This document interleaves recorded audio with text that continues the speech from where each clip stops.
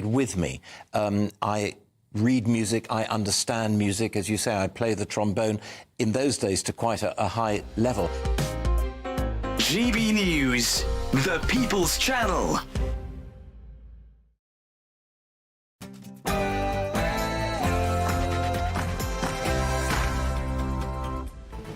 Good afternoon, Britain. It's 1 o'clock on Wednesday, the 13th of November. I'm Tom Harwood. And I'm Miriam Cates. The Health Secretary defends plans to name and shame bad hospitals in new public league tables, saying the government will no longer turn a blind eye to failure. But will this new scheme work? And Donald Trump has appointed Elon Musk to head up a new Department of Government Efficiency as the incoming US administration continues to take shape. Can the real-life rocket man put boosters under the US government, or will it all blow up on the launch pad? Telegraph columnist Allison Pearson got a knock on the door from the police thanks to a social media post from a year ago. Which social media posts? Well, she's not allowed to know. Is this a reasonable crackdown on hatred or a Kafkaesque speech police nightmare?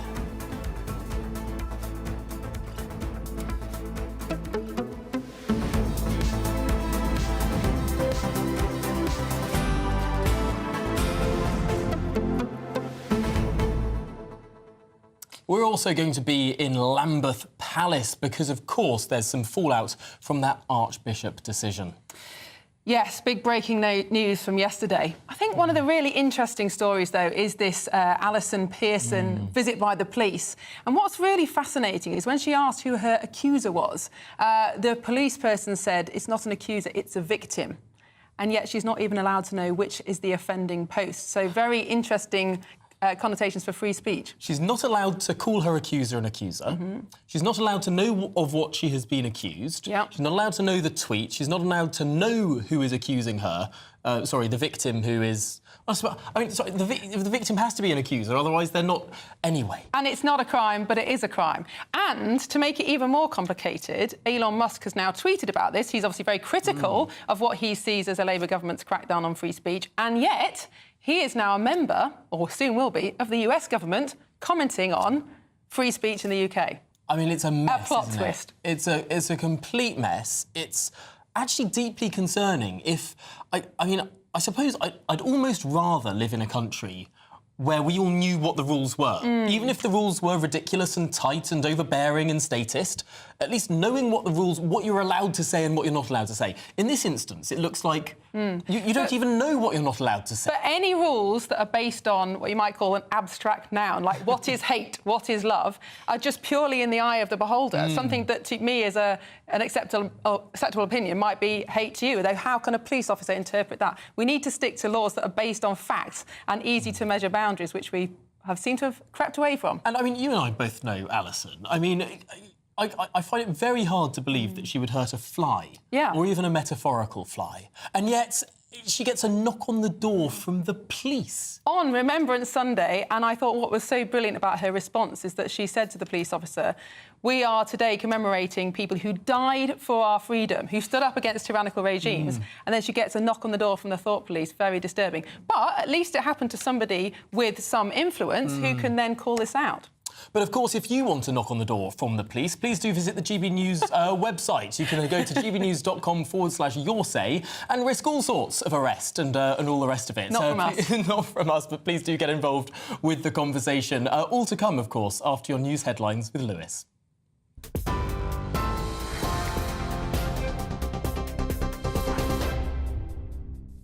Tom, Miriam, thank you very much. Good afternoon. It's just after 1 o'clock. Here are your latest GB News headlines. The leader of the opposition, Kemi Badenoch, criticised the Prime Minister at Prime Minister's Questions today over topics on council tax, national insurance contributions and the budget. The Conservative leader also pressed the Prime Minister on decisions he made at COP29 Climate Summit in Baku. Mr. Speaker, I welcome the Prime Minister back from his trip to Azerbaijan, where he has unilaterally made commitments that will make life more experienced for everyone back home. I'm very proud of the fact that we're restoring leadership on climate to this country, to the UK, because that That will be measured in lower bills on energy independence and the jobs of the future. And in relation, and she may have missed, but on Monday I was very pleased to announce a huge order into jobs in Hull for blades for offshore wind. If she's opposed to that sort of action, she should go to Hull and say so. The safeguarding lead at the Church of England says abuse within the church is a whole church problem after the Archbishop of Canterbury, Justin Welby, resigned following a damning report that revealed a cover-up spanning decades. It comes as victims of John Smythe, who is thought to be the most prolific abuser associated with the church, called for further resignations from senior clergy members involved in the scandal. Justin Welby announced yesterday that he was standing down after an independent review concluded Smythe could have been brought to justice if he had formally reported him to the police more than a decade ago. Sara Sharif's father has told jurors he takes full responsibility for the death of his 10-year-old daughter. Taxi driver Irfan Sharif made the admission under cross-examination as his wife, Binash Batul, 30 years old, sobbed in the dock at the Old Bailey today. Previously, Sharif had sought to blame Batul for killing his daughter, but in a dramatic admission told jurors, "I accept every single thing." Post office bosses have set out plans to fix their finances amid reports that hundreds of branches could close down. The shake-up may result in the closure of 115 branches wholly owned by the Post Office, putting more than 1,000 jobs at risk. Post Office Chairman Nigel Railton made the announcement at the company's headquarters in London earlier on today, addressing postmasters across the country as well as retail partners and post office staff. Failing hospitals will be named and shamed in league tables and managers sacked if they can't improve patients' care and take control of finances. Health Secretary Wes Streeting told leaders at the NHS Providers Conference in Liverpool there will be no more rewards for failure, as he set out a package of measures aimed at tackling poor performance. NHS England will carry out a no-holds-barred review of NHS performances across England, with the results being made public in league tables, which will be regularly updated. NHS trusts can be expected to be ranked on a range of indicators such as finances, delivery of services, patient access to care and competency of leadership. The Health Secretary also championed the Chancellor's autumn budget, claiming the NHS came out on top. Our collective challenge is to take the NHS from the worst crisis in its history, put it back on its feet and make it fit for the future. The budget was important. The Chancellor gave us the investment we need to arrest the decline, begin fixing the foundations and start turning the service around. The NHS was the standout winner. We're delivering the largest health capital budget since Labour was last in power and the biggest cash uplift in day-to-day spending of any government department. Authorities in Indonesia are racing to evacuate remaining villages around an erupting volcano. Mount Luatobi Laki-Laki on Flores Island erupted last week but is continuing to spew out lava and towering columns of ash. Local authorities are reporting that 15,000 people have been evacuated, with at least 63 injuries, and around 2,500 houses, including 25 schools, damaged, with at least 10 fatalities. The UK Foreign Office has issued a travel warning to that region. And finally, legend of the stage and screen, actor Timothy West has died at the age of 90. His family provided the update on X, where they said Timothy died peacefully and was with his friends and family. At the West End star in the wide range of roles, including long stints in both Coronation Street, EastEnders, Brass and Not Going Out. Well, those are your latest GB News headlines. I'm Lewis Mackenzie. There's more from me in half an hour's time.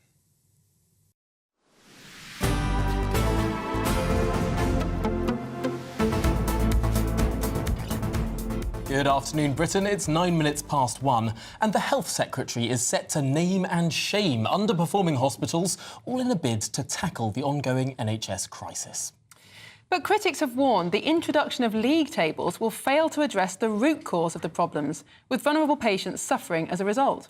But Wes Streeting says that changes have to be made. Was that the state of the health service is heartbreaking, and I'm yet to hear anyone seriously contest this analysis, which was entirely based on the data.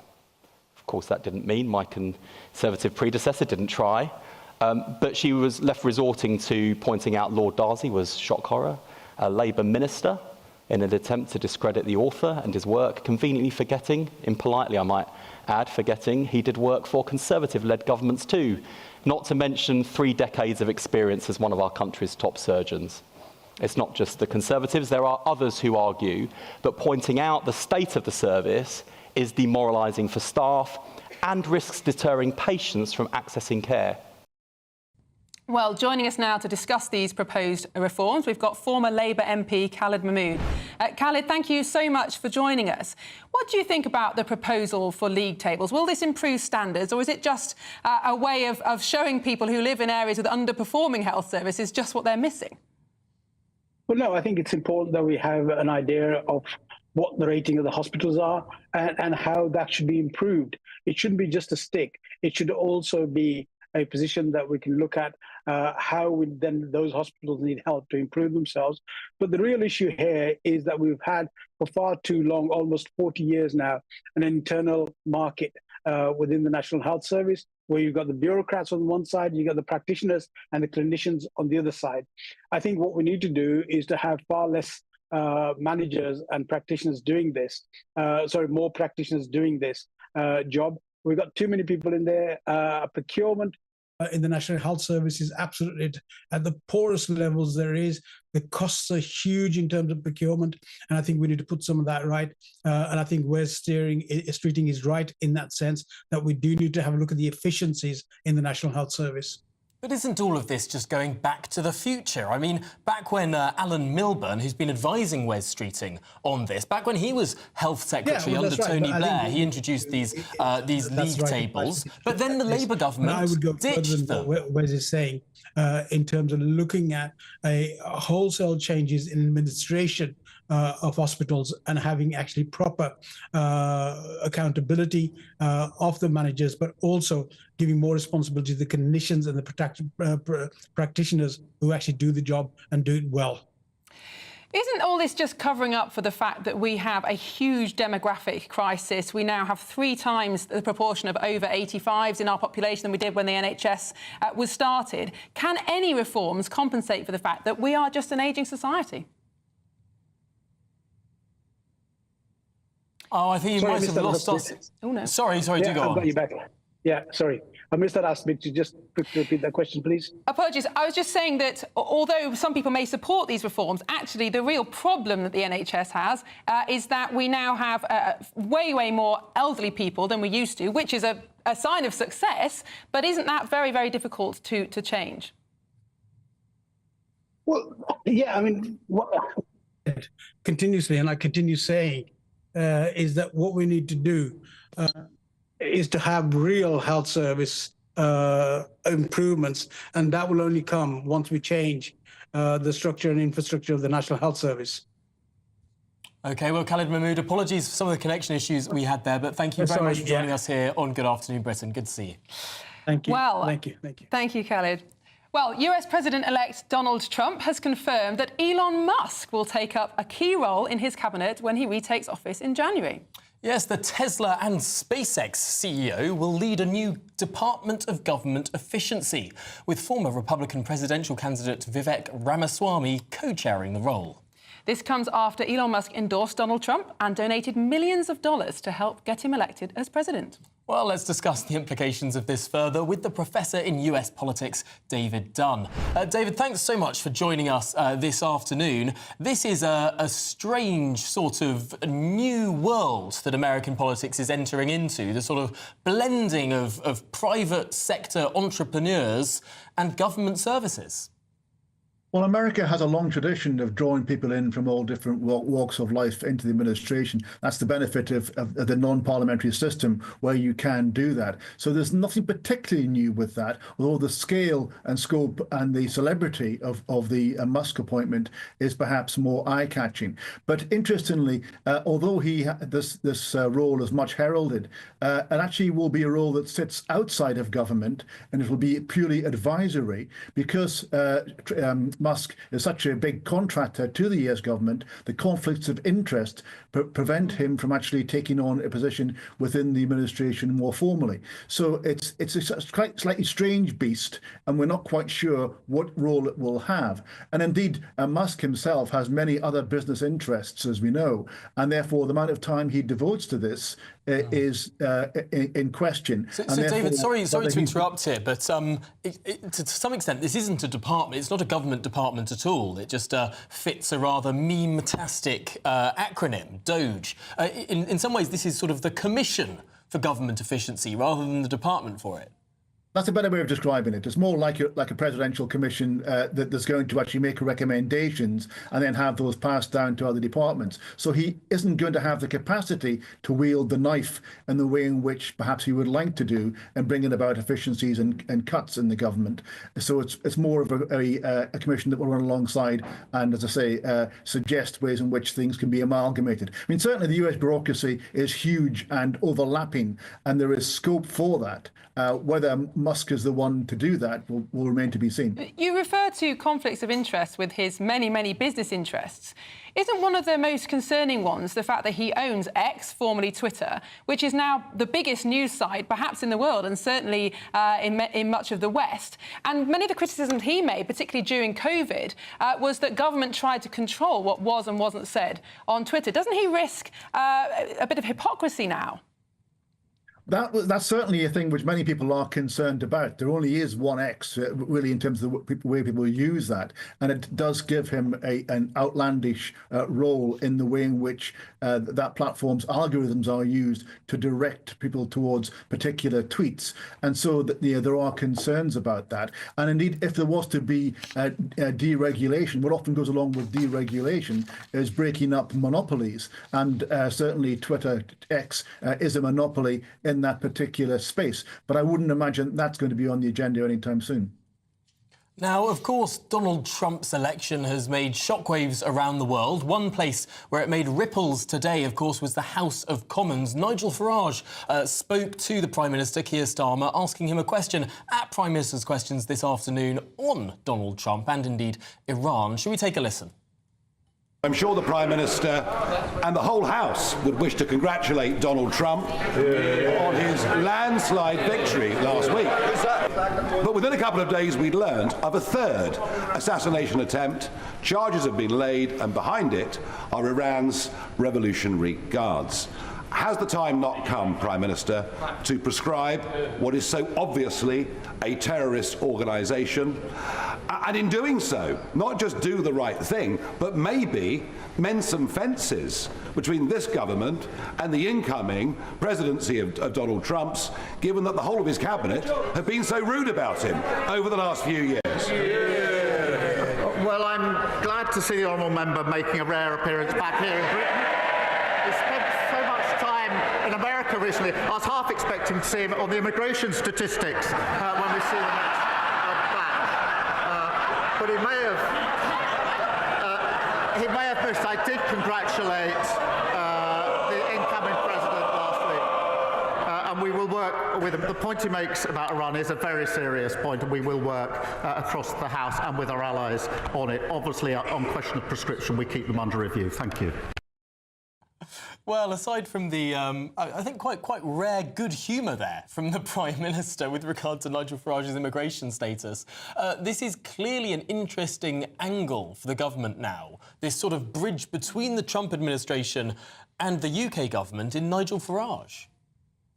Yeah, well, what you'd expect is the British Embassy in Washington are working very hard to build bridges and relationships and networks with all the incoming team as they are announced for the administration. And that happens whenever there is a change of government in Washington. The fact that it takes a couple of months for that to happen gives the opportunity for that to take place. And you can imagine on a whole raft of issues that they will be in lockstep. The traditional very close relationship on defence and security matters between the US and the UK is one that will continue, whoever's in the White House, and that's what we'll see here.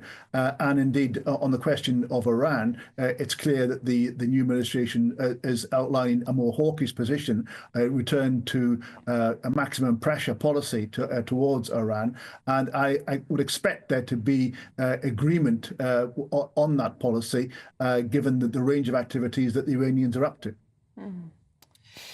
Well, thank you very much, David Dunn. We'll have to leave it there. Now, coming back to the UK, there's been a significant update in the murder trial of Sara Sharif. GB News national reporter Charlie Peters is here with us in the studio for more. Charlie. Well, this morning, Irfan Sharif, Sara Sharif's father, said under cross-examination after several days of already being in the witness stand, he said, "I take full responsibility for her death." Now, he has pleaded not guilty to her murder alongside two other defendants, Bainash Batul and Faisal Malik, that is Sara's stepmother and uncle respectively.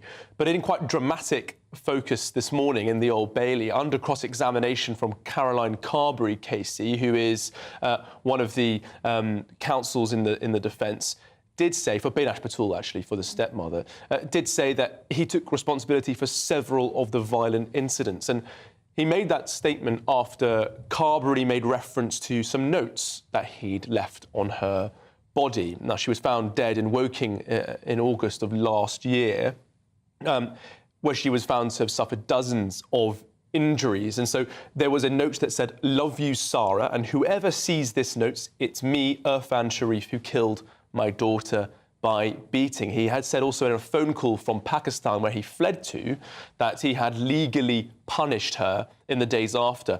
But as part of his defence in the trial, he had retracted, as it were, those statements or sought to explain them by saying that he was actually covering for other family members. But he appears to have gone back on that defence this morning. Now, the judge closed off the morning session. We're expecting him to return in the witness stand this afternoon. Caroline Carberry asked, "You pleaded not guilty to her murder. Would you like that charge to be put to you again?" And he said, "Yeah." So we will expect him to face that charge again, potentially could see a plea change in this trial, which is now well into its second month of ongoing proceedings. It's expected to last until December. Some of the detail that was taken through in the court today was really shocking. Going over again some of the pathology that the court heard last month. To give you a flavour of it, here's one of the questions that Caroline Carberry asked. Do you accept that you killed her by beating? Do you accept that you had been beating Sara severely over a number of weeks? And the defendant replied, "Yes, ma'am." He confirmed all of these questions when put to him by the barrister, some of them also really appalling to refer to, using a cricket bat as a weapon, referring to some of the injuries, her broken bones, which the court heard in great detail while I was in the Old Bailey last month.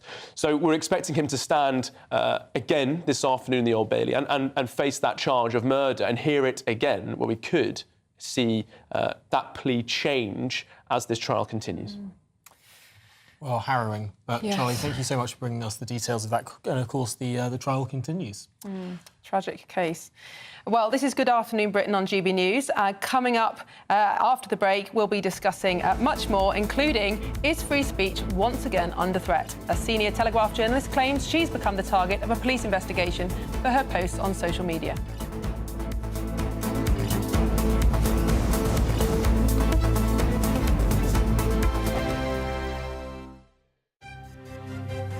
GB News Breakfast, every day from 6 a.m. Following the summer riots and the resurgence of far-right ideologies, the former Education Secretary told peers that reinforcing shared values is now more crucial than ever.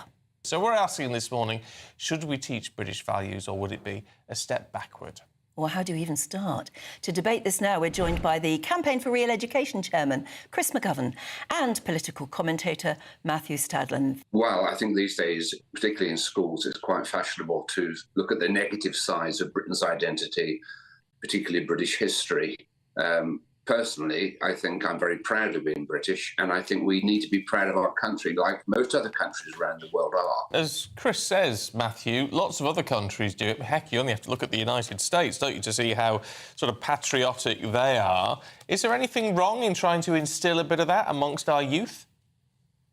I'm just worried it sounds a little bit communist, Stephen, being told what it is to be British. I've got my own personal but very vague views of what British values might be: inclusivity, patience, being able to queue, decency, respect for democracy and the rule of law. But I mean, very many people will have different sets of values. Some people are racist. So are British values racist? You talked about the far right. I think we all know what the far right is. It's sort of violent, xenophobic racism. But if you have, say, I don't know, 3-4 million people in this country who might describe themselves as racist or far right, and they're British, or as British as you lot and as I am, does that mean those values get taught in schools? My worry is it's a little bit communist. GB News, the People's Channel. It's Patrick Christie's Tonight, and here we do things differently. It's explaining the absolute madness of this, doesn't it? It's explosive. I mean, this is very good. It's lively. 850. Your government sat there, Sean, and it did nothing. It's controversial. And the Middle East has been in turmoil since before I was born. It's everything you need to kickstart your evening. Everyone's had their Weetabix tonight. I love to see it. That's Patrick Christie's Tonight, weeknights from 9 p.m. Only on GB News, the People's Channel, Britain's news channel. Welcome to State of the Nation, daily plunge into the stories shaping our country. I'm Jacob Rees-Mogg, and Monday to Thursday we bring you the insights, the facts, the truth about how our country is being governed. Because what happens in Downing Street matters down your street. Tune in to State of the Nation every Monday to Thursday, 8 to 9 o'clock. Only on GB News, the People's Channel, Britain's news channel.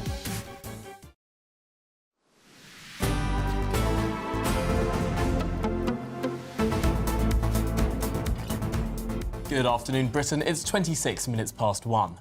Now, the Telegraph journalist and columnist Allison Pearson is facing an investigation, a police investigation, for allegedly stirring up racial hatred in a social media post last year. Well, she says 2 police officers called at her home on Remembrance Sunday to inform her that she was being investigated. When she questioned it, the officer failed to disclose what the investigation was about or even who had accused her. Well, a spokesperson for Essex Police has said the report relates to a social media post which was subsequently removed. An investigation is now being carried out under Section 17 of the Public Order Act. As part of that investigation, officers attended an address on Sunday, November the 10th, to invite a woman to attend a voluntary interview on the matter. Well, of course, the police is making this sound all very matter-of-fact. They're making it sound very sort of running the course of things. This is all voluntary, this is all friendly. But is it really that friendly to be there in your dressing gown, answering a knock at the door, seeing 2 police officers there who are telling you off for tweets that they won't even tell you what they were about? Exactly, and most normal members of the public, law-abiding members of the public, if you have a knock on the door from a police officer, you assume, as Alison did say in her column, that it's tragedy or trouble. Yes. And to find out that you are being accused but not arrested of a crime that isn't a crime is not only confusing, it's also, you know, very worrying for an ordinary member of the public. And astounding that she's not even allowed to know which tweet she's supposed to have committed a crime with. I mean, there's so much mystery in this. And this is what I think is one of the issues that separates a civilised, rules-based society from societies of, well, frankly, tyranny, to not sound too extreme about it all. if you don't know what the rules are or aren't. This is what separates, you know, Western liberal rules-based democracies from arbitrary rule, from the sort of, you know, the other side of the Iron Curtain, or indeed the undeveloped world. And as Alison pointed out to the police officers, Remembrance Day is in fact commemorating those who gave their lives so that we would have those exact freedoms. Well, we can now get the thoughts of a free speech advocate, Professor Frank Furedi. Frank, thank you so much for joining us. Is this something we should be deeply concerned about? I think we should. There seems to be this disturbing development that the police essentially make up the rules as they go along. And essentially, we're using medieval types of accusatory justice, where we are not told who's initiated a claim against an individual. When Allison asks the person who's the accuser, the police replies saying, we don't call them accusers, they're the victims. So they already assume that somebody has been violated. And the assumption is, of course, if somebody has been violated, then Allison is by definition guilty of something. There's no need for any kind of judgment or any court procedures. And what's really disturbing about this is that the meaning of hate crime and hate is expanding and expanding and expanding all the time. So you get to the point where you are not allowed to express anything that is slightly disagreeable without it being policed and without being censored and you being punished for it. So it is a very worrying development, and it's something that has got this kind of Kafka spirit to it, where you simply don't know who your accusers are and you don't know what's going to happen to you. And yet, Professor, is the police really not to blame here? After all, they're just enacting the law that is on our statute book. I mean, this is being carried out under Section 17 of the Public Order Act. We've seen investigations under the Communication Act, under the Online Safety Act. I mean, these are all acts of Parliament that have been voted on by our politicians, that despite what some campaigners have been wanting for some time, politicians never repeal these laws. Well, I think the politicians are to blame. And I wouldn't blame individual policemen, but policing itself has changed fundamentally. It's no longer about fighting or tackling what you and I would call a real crime, such as shoplifting or burglary or a violent assault. I mean, those things almost never get properly investigated. A growing proportion of their resources is devoted towards what is in fact the policing of language, the policing of morality, of actually, in the end, policing the way we think.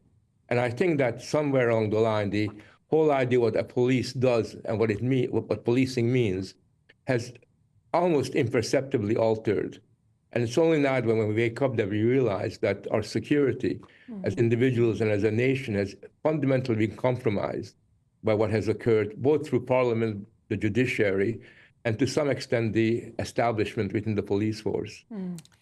Frank, it seems to me that although there are those of us who are deeply concerned about freedom of speech, and anybody who spends a lot of time on Twitter, this is obviously something that is much discussed. But, you know, in my experience as an MP, when you talk to ordinary voters, the main topics are things like the economy, the NHS, immigration, and actually people aren't overly concerned about this. Do you worry that unless people wake up, it will actually be too late? Well, what I worry about is that we live in two different worlds. There's the world of everyday life where normal human beings have got the kind of problems that you've been identifying. And then there is the almost like a kind of establishment elite media perspective where they live in a different world and they're really worried about hate. And they invent all these new problems that don't bother anybody else. And they use that as a means of controlling or imposing their values on the rest of society. And I think at some point, there's going to be a real clash here because a lot of people are not going to put up with something like this. I mean, imagine if you were visited by a police the way Allison was, and imagine if you then, no matter what happens after this, that's something that's imprinted in your imagination. And if people begin to realize that this is happening in a democracy, then people will ask the question, well, we got to change the way democracy works, and we got to do something that's kind of quite radical. Sure, many people will be asking that question. Well, Professor Frank Furedi, really appreciate your time this afternoon. Thanks for joining us here on Good Afternoon Britain. Well, we will continue to cover this story, and tonight Allison Pearson will herself be appearing live on GB News. That's right, 7 o'clock on Nigel Farage's show. Farage, a creative name, as always. Join us then at 7 for her take on an extraordinary story. Well, this is Good Afternoon Britain on GB News. Up next, we'll have the latest on the Church of England's damage control following the resignation of Archbishop of Canterbury. But first, your headlines with Lewis Mackenzie.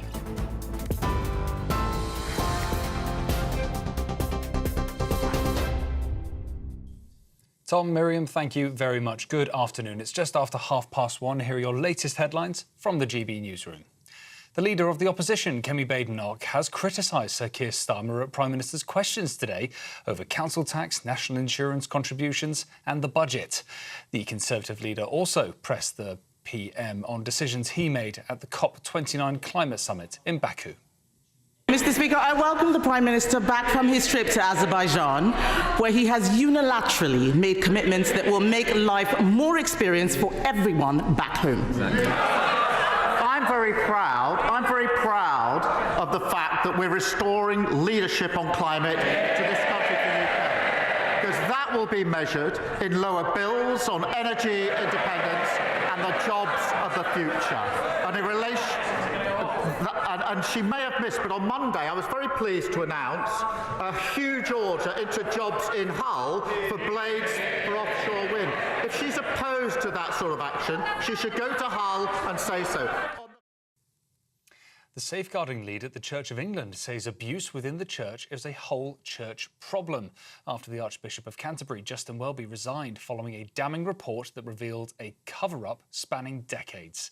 It comes as victims of John Smythe, who is thought to be the most prolific abuser associated with the church, called for further resignations from senior clergy members involved in the scandal.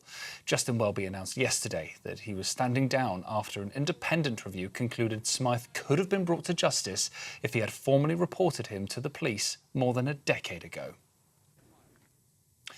Failing hospitals will be named and shamed in league tables and managers sacked if they cannot improve patient care and take control of finances. Health Secretary Wes Streeting told leaders at the NHS Providers Conference in Liverpool there will be no more rewards for failure, as he set out a package of measures aimed at tackling poor performances.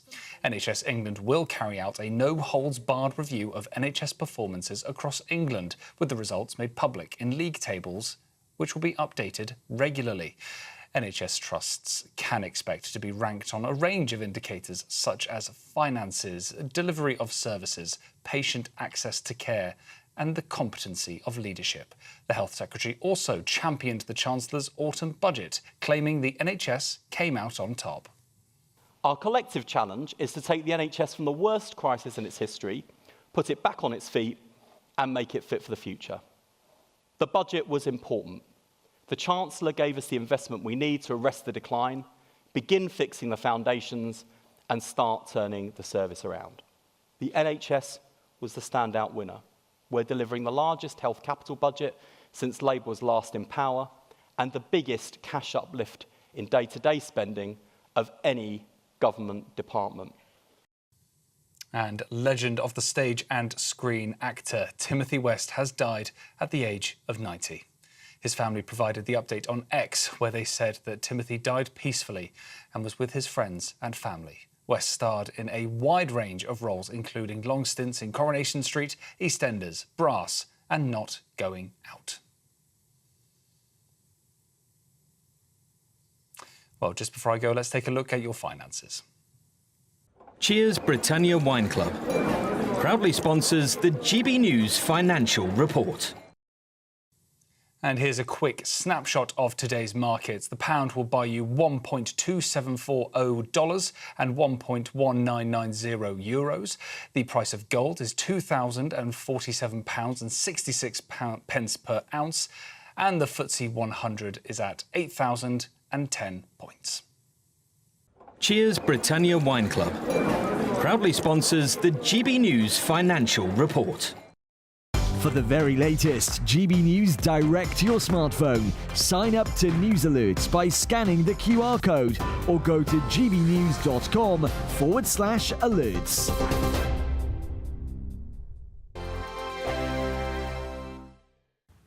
Hello, time for your latest weather update from the Met Office here on GB News. For many, it's a fine autumn day out there, dry with hazy sunshine. But for some, it's staying fairly glum, misty and murky conditions.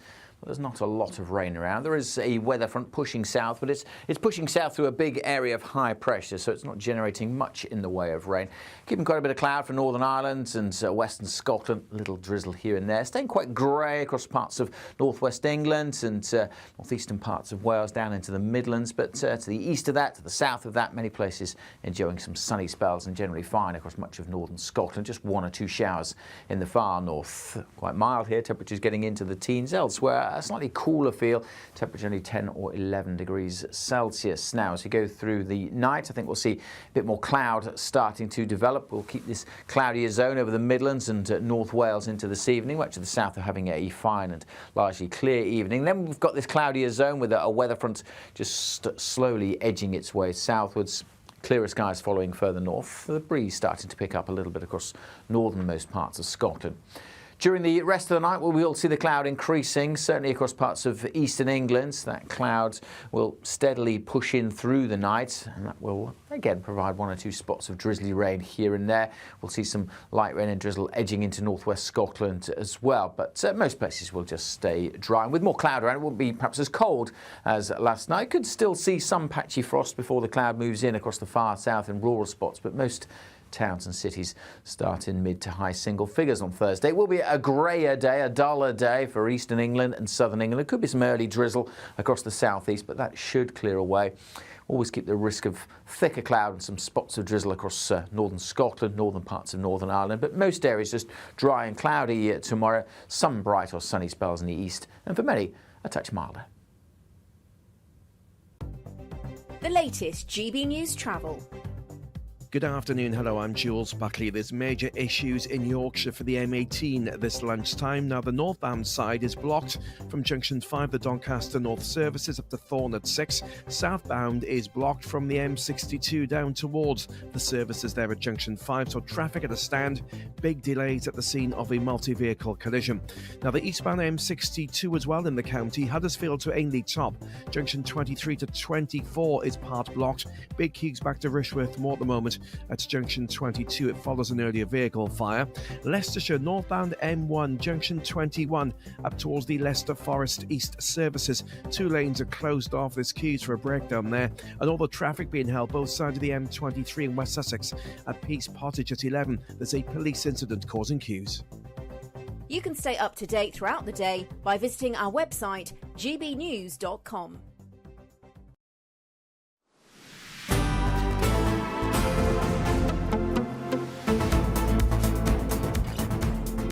Good afternoon, Britain. It is 41 minutes past 1. Well, as the fallout from Justin Welby's dramatic resignation continues, one SNP MP has suggested that bishops should be kicked out of the House of Lords. Yes, the SNP's Pete Wishart claims that members of the clergy may be better off dealing with the row behind the Archbishop of Canterbury's resignation rather than attempting to, quote, run our country.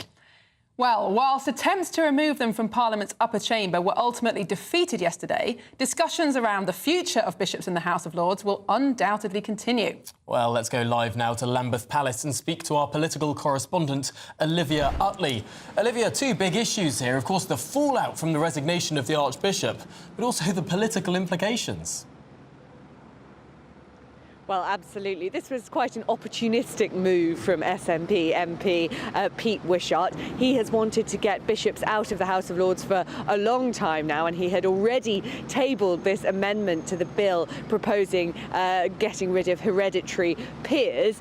The bill to get rid of hereditary peers was voted through with a majority with 362 votes, but that amendment of Pete Wishart's failed. Only 41 MPs voted for it. There were a number of MPs from all sides of the House who spoke in favour of Pete Wishart's amendment. You know, Gavin Williamson comparing the situation to Iran. He said that Iran is the only other country in the world where religious people are sitting in the parliamentary chamber, but ultimately it was defeated. It'll be really interesting to see if that holds, though, because with no hereditary peers in the House of Lords, as we can expect to see happen pretty soon, it could be that bishops end up up, sticking out like a sore thumb. And the truth of the matter is that Archbishop Welby's resignation in such difficult circumstances does make things pretty awkward for the Church of England. If it isn't seen to have its own house in order, then it will be harder for its bishops to make the case that they should be, you know, helping to run the country, as it were. What will happen now after Archbishop Welby's resignation? Well, plenty of senior Anglicans have said that they need to let the dust settle. They need to look at the fallout from this report before they even talk about succession. But there is a clamour to have that role filled, and quickly, because with the political backdrop as it is, this is no time to have a vacuum at the very heart of the Church of England. Well, Olivia Utley, thank you very much indeed for that update, live from Lambeth Palace. Well, we can now also get the thoughts of an historian and a Church of England lay minister, Martin Whittock. Martin, thank you so much for joining us. These are difficult times for the Church of England. Obviously, two separate issues here. One, the resignation of the Archbishop of Canterbury related to that horrific child abuse scandal, but also questions about whether the Church should remain established as part of our Parliament. What's your view on this? Well, first of all, I'd like to reassure listeners that we at the grassroots are working really, really hard to reflect the love of God to people, to protect people. I'm the safeguarding officer in my parish church amongst my various roles in life, and we work really hard to DBS everybody in responsible positions, to follow safe recruiting policies, to train, to make sure that we make people aware how important the safeguarding is. Only a couple of Sundays ago, I was reminding people again about our safeguarding procedures. And oh, it does seem that we're having some connection issues there with Martin. But, I mean, this is a huge, huge issue for the Church of England, because there's that matter of trust between people and their, the pews and the pulpits. Yeah.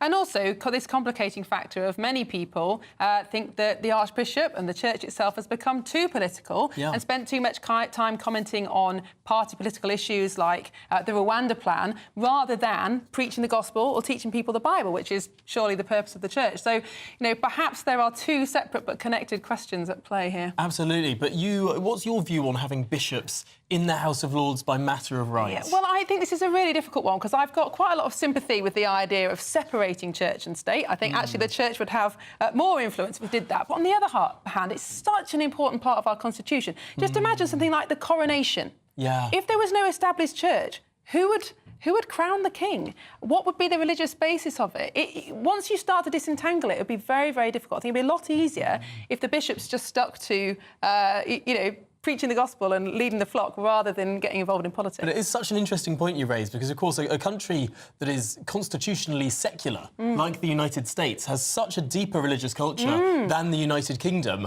which has religion woven in. I mean, in America, they fight and battle to, you know, sing a Christmas song or you know, have the Bible in schools, whereas, you know, I had to, Yes. or had the privilege of, I mean, in theory, doing hymns every morning at school. In theory, all schools are supposed to have an act of worship every day. So there you go, we are very much still established. Although we've just found out that the Church of England attendance is only about 650,000 people every week, so definitely shrinking. Perhaps it's all the mandatory religion that really pushes people away. But in a statement, Justin Welby, the Archbishop, still the Archbishop, although he's resigned, has said, I hope this decision makes clear how seriously the Church of England understands the need for change and our profound commitment to creating a safer church. As I step down, I do so in sorrow with all the victims and survivors of abuse. Well, this is Good Afternoon Britain on GB News. Lots more coming up on today's show, including how the Princess of Wales is getting back to work with the news that she'll be hosting this year's Together at Christmas carol service. This is GB News, Britain's news channel. Now, our next guests have been working closely with celebrities and MPs to help clean up our planet. Very important. Think Ocean was founded in 2021 with two main goals. One, educating the next generation to make sure that they know when they're growing up that naturally we have to take care of the planet, and cleaning pollution that's already in the environment. Well, joining us now to tell us more is Think Ocean's founder, Hugo Valdez-Vera, and the co-founder, Nolene Mariappan. Really good to see you both this morning. So, Nolene, let's start with you. What is this Think Ocean, and why did you want to start this back in 2021? Yes, so Hugo had actually been working on the environment and climate action for quite a long time. When he moved to the UK, he realised that there was a growing problem with plastic pollution and that more needed to be done because people weren't actually seeing the link between plastic, the impact on the environment and climate change. So he founded the organisation and I joined him with 3 goals, really. Education, looking at technology to scale solutions, and looking at how we develop more circular economy programmes. So actually looking at reusing, recycling, actually creating local economies from what people would consider waste. Hugo, just how bad is plastic pollution around the world, and especially here in the UK? Well, it is bad, but we don't know the extent of how bad it is. You know, this is not much interest from the bigger players or, you know, some government for us to know every detail of the pollution. So if we know that is from 1 to 10 is 2, probably it's about 6. Oh. GB News, the People's Channel. If you want your news to be straight talking, this is a nightmare for the Conservatives again. Down to earth. It's not just Nottingham where this is happening, is it? And most importantly, honest. Hard-working, middle-class taxpayers, they'll get their book thrown at them. Then catch me, Martin Daubney, Monday to Friday, 3 till 6 p.m. on GB News, Britain's news channel. Every Saturday, 10 till 12, we'll bring you all of the news that you need to know. We'll also remind you that there is so much to smile about. It's my favourite time of the week. I get to relax, enjoy some light-hearted stories, and let Ellie teach me about fashion too. That's Saturday Morning Live, every Saturday, 10 till 12. Only on GB News, Britain's news channel. We're proud to be GB News, the People's Channel, and as you know, we always love to hear your views. Now, there's a new way of getting in touch with us at gbnews.com/yoursay. By commenting, you can be part of a live conversation and join our GB News community. You can even talk to me, Bev Turner, or any of the members of the GB News family.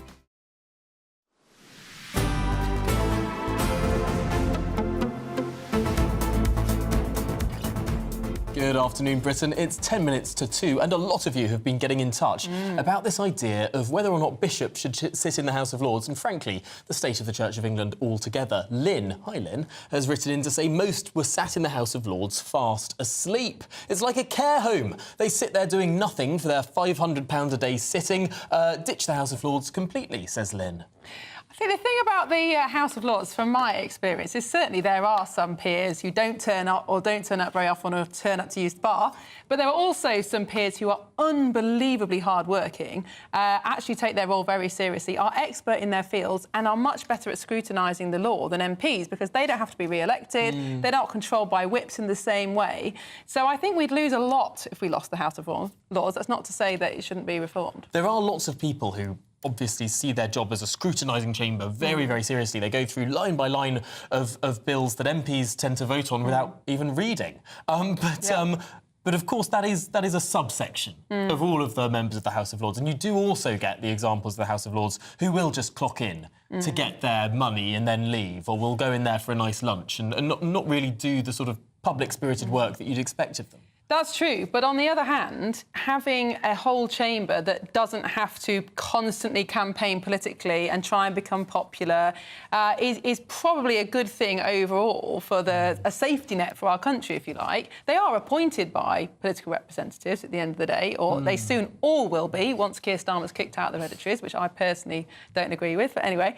But, you know, I think having a safety net like that, on the other hand, you've got like an American system where everybody's politicised, everybody has to get re-elected. I don't know. I'm not sure. And also everyone's 103, which, I mean... What, in our House of Lords? Both in the American upper house and in our upper house, so perhaps making it democratic doesn't actually work to solve the falling asleep issue. But you can't have age discrimination, Tom. Maybe there should be a test like, can you still do a crossword? If you can still do a crossword, you're allowed. Then all the young ones would be gone. That's also true.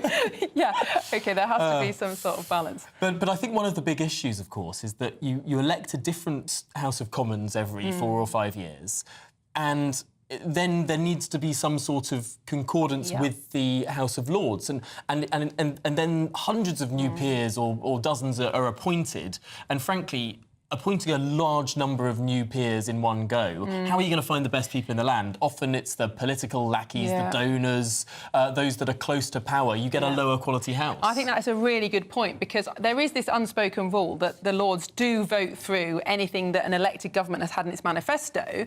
But as we saw at the end of the last Parliament, something that really needed to happen, which was to implement the Rwanda plan so that illegal immigration could be controlled, because it wasn't technically in the manifesto, the House of Lords just wouldn't put through a bill that was strong enough. So, again, you know, despite the fact that that's what the politicians in the Commons wanted, the Lords wouldn't do it. So I think that's a very good point. But also, I mean, that problem gets worse if you elect the Lords, because then the Lords has its own mandate. Exactly. Then they'll feel that they sort of can and should stop laws that the House of Commons passes, and you end up with this awful form of gridlock where nothing can be done. Yeah. Maybe there should be a term limit on the Lords, so a 10-year or 15 years, so that it still kind of links back to when they were first appointed, and maybe, you know, some sort of test on attendance as to whether they should be allowed to continue. Well, of course, the government is promising to reform the Lords. Nigel Farage has spoken in favour of Lords reform as well. Goodness me, I wonder if there's going to be a horseshoe coalition of reformers. We'll see. But this is Good Afternoon Britain on GB News. Plenty more to come. Don't go anywhere.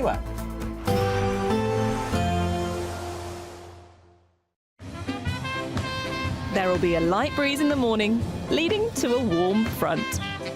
Boxed heat pumps, sponsors of weather on GB News. Welcome along to your latest weather update from the Met Office here on GB News. Changes are on the way with the weather, but for tomorrow we're back to where we have been for most of November. Dry and cloudy kind of sums it up. It has been fine and sunny for some today, but this weather front pushing south will bring a lot more cloud with it. We've still got high pressure. That's the dominant feature, and that is keeping things fairly dry. As I say that, though, with that weather front slipping south, there will still be some drizzle here and there as this band pushes its way southwards across parts of the Midlands and eastern England, and some drizzle in the northwest of Scotland through the early hours. But for most, it's going to be a dry night. Quite a lot of cloud. That'll keep the temperatures up, so for many, a milder night than last night. It does mean a duller start to tomorrow, particularly across the south, where there'll still be some drizzle early on, and across the northwest of Scotland.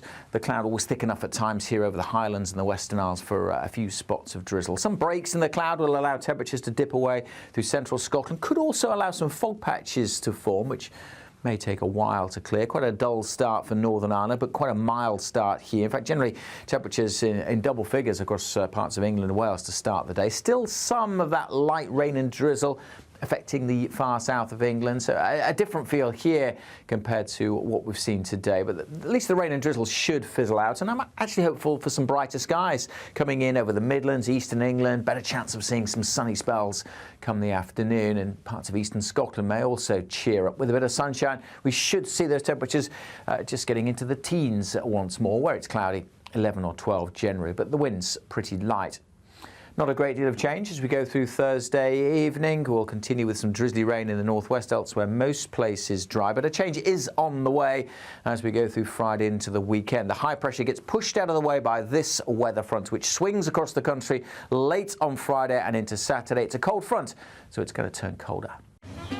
We can expect clear skies, leading to a light and warm day ahead. Lovely. Boxed Solar, sponsors of weather on GB News. There's only 2 weeks remaining to win Christmas on Us this year. First, we'll give you £20,025 in tax-free cash. Then we'll give you £5,000 to spend on all of your Christmas presents, with a further £500 in vouchers to spend at your favourite supermarket. Finally, a GB News Christmas goodie bag. You'll get it all in time for the big day. For another chance to win, call 0903 681 3232. Calls cost £2 plus your network access charge. Text cash to 63232. One entry costs £2 plus one standard network rate message, or text bonus to 63232. 5 entries cost £5 plus one standard network rate message. You can enter online at gbnews.com/win. Entries start from just £2, or post your name and number to GB09 PO Box 8690 Derby DE1 9TT. UK only. Entrance must be 18 or over. Lines close at 6 p.m. on the 22nd of November. Please check the closing time if listening or watching on demand.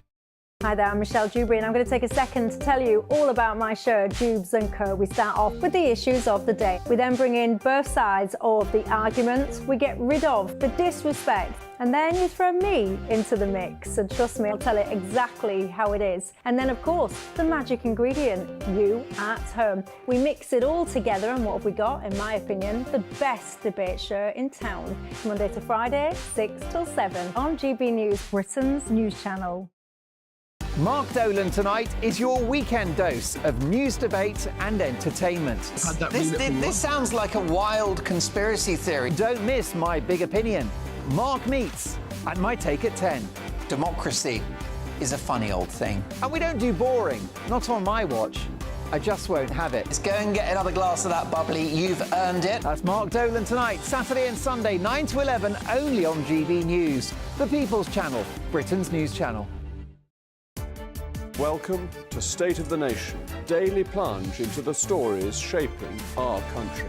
I'm Jacob Rees-Mogg, and Monday to Thursday we bring you the insights, the facts, the truth about how our country is being governed. Because what happens in Downing Street matters down your street. Tune in to State of the Nation every Monday to Thursday, 8 to 9 o'clock.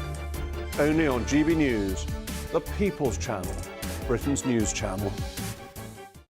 It's Patrick Christie's Tonight, and here we do things differently. It's explaining the absolute madness of this, doesn't it? It's explosive. I mean, this is very good. It's lively. 850. Your government sat there, Sean, and it did nothing. It's controversial. And the Middle East has been in turmoil since before I was born. It's everything you need to kickstart your evening. Everyone's had their Weetabix tonight. I love to see it. That's Patrick Christie's Tonight, weeknights from 9 p.m. Only on GB News, the People's Channel, Britain's news channel.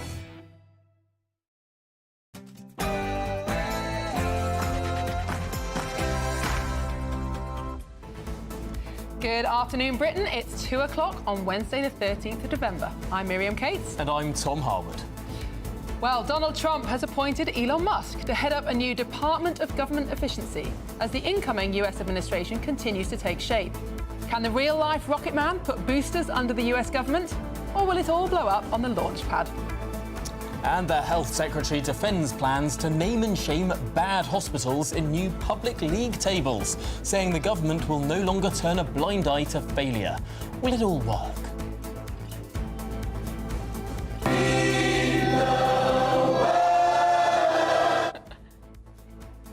And soon it will be Christmas time again.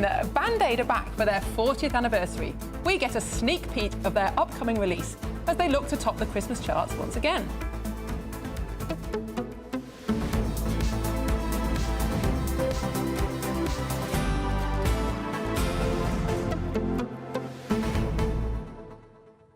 Also this hour, an incredibly concerning story today in The Telegraph. One of their top columnists, Allison Pearson, had a knock on the door from the police last weekend. Yes, she apparently tweeted something that was a non-crime hate incident last year, but was not told which tweet the police wanted to speak to her about. Very, very concerning. And on the topic of X, or Twitter, Elon Musk, of course, the owner of Twitter, he bought it a couple of years ago, is now in the government. Is that right? Yes, I mean, it's funny. He's sort of... I wonder if he's sort of holding a hokey-cokey position within the United States government. This Department of Government Efficiency, it spells out Doge, which, for those that are perhaps not Gen Z and haven't grown up on the internet... Including me. It's an internet meme of a dog that Elon Musk loves, called Doge. But it's not really a department at all. I mean, it seems like this is sort of an advisory committee that can make recommendations to the government but doesn't have any executive authority. So it's sort of this halfway house. Is he in the government? Is he not? But, of course, he has a huge number of business interests, which would make it very difficult for him to run a government department because of conflict of interest. But, of course, the same could be said about X. He owns the biggest news platform that there is now, and will he be accused of exactly what he was critical of during COVID,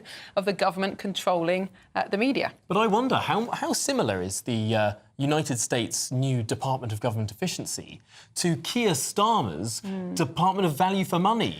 where Which of sounds course, very it's yes also, minister, doesn't it, really? half in and half out. Although, of course, Keir Starmer, for his value for money scheme, has not got Elon Musk, someone who was able to sack 4/5 of Twitter's workforce and allow Twitter to still work as a website.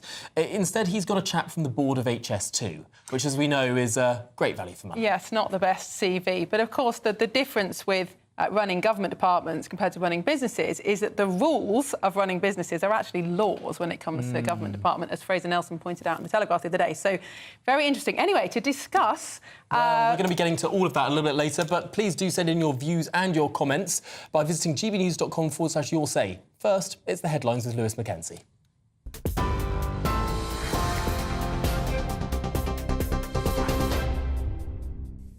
Miriam, Tom, thank you very much. Good afternoon. It's just after 2 o'clock. Here are your latest headlines from the GB Newsroom. The leader of the opposition, Kemi Badenoch, has criticised Sir Keir Starmer at Prime Minister's questions today over council tax, national insurance contributions and the budget. The Conservative leader also pressed the Prime Minister on decisions he made at the COP26 climate summit in Baku.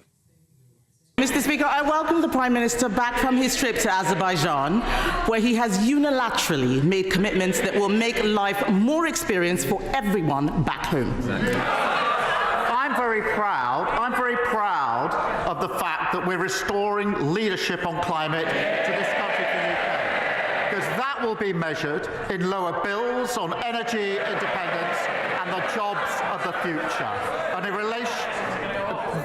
And she may have missed, but on Monday I was very pleased to announce a huge order into jobs in Hull for blades for offshore wind. If she's opposed to that sort of action, she should go to Hull and say so.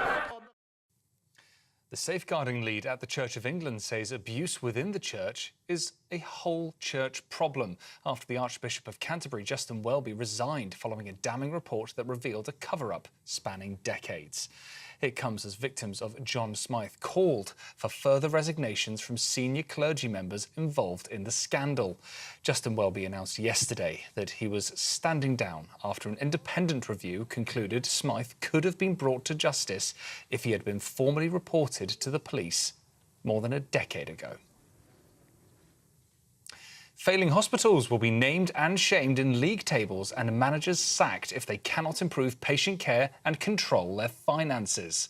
Health Secretary Wes Streeting told leaders at the NHS Providers Conference in Liverpool there will be no more rewards for failure, as he sets out a package of measures aimed at tackling poor performance. NHS England will carry out a non-holds-barred review of NHS performances across England, with the results being made public in league tables, which will be regularly updated. NHS trusts can expect to be ranked on a range of indicators such as finances, delivery of services, patient access to care and the competency of leadership. The Health Secretary also championed the Chancellor's autumn budget, claiming the NHS came out on top. Our collective challenge is to take the NHS from the worst crisis in its history, put it back on its feet and make it fit for the future.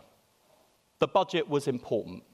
The Chancellor gave us the investment we need to arrest the decline, begin fixing the foundations and start turning the service around. The NHS was the standout winner. We're delivering the largest health capital budget since Labour was last in power and the biggest cash uplift in day-to-day spending of any government department. Sara Sharif's father told jurors he takes full responsibility for the death of his 10-year-old daughter. Taxi driver Irfan Sharif made the admission under cross-examination as his wife Bisham Batul sobbed on the dock at the Old Bailey today.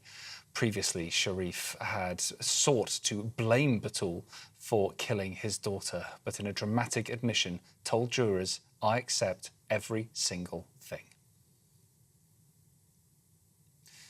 Post office bosses have set out plans to fix their finances amid reports that hundreds of branches could close down. The shake-up may result in the closure of 115 branches wholly owned by the Post Office, putting more than 1,000 jobs at risk. Post Office Chairman Nigel Railton made the announcement at the company's headquarters in London earlier on today, addressing postmasters across the country as well as retail partners and post office staff. Authorities in Indonesia are racing to evacuate remaining villagers around an erupting volcano.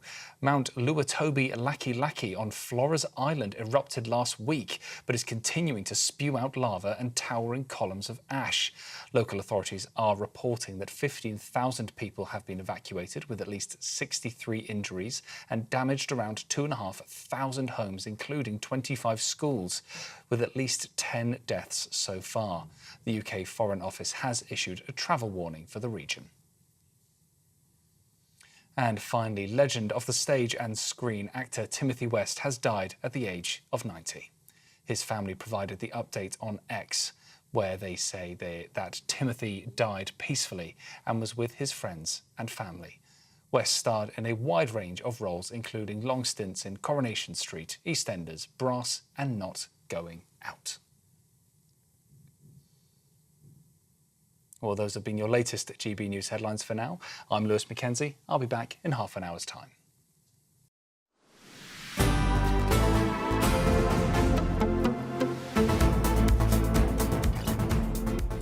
Welcome back. Donald Trump has confirmed that Elon Musk will have a role in his cabinet when he retakes office in January.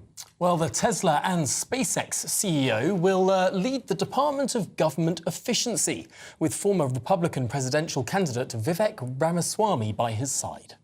Well, in some breaking news this hour, we now know that the president-elect is on his way to meet with Joe Biden, the outgoing president, to continue the ongoing transition of power between the administrations.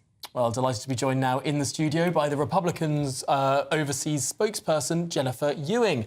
Jennifer, I think a lot of Brits find it hard to get their head around the fact that Donald Trump won the election a week ago, but he's still not in the White House yet. He won't be there until the 21st of January.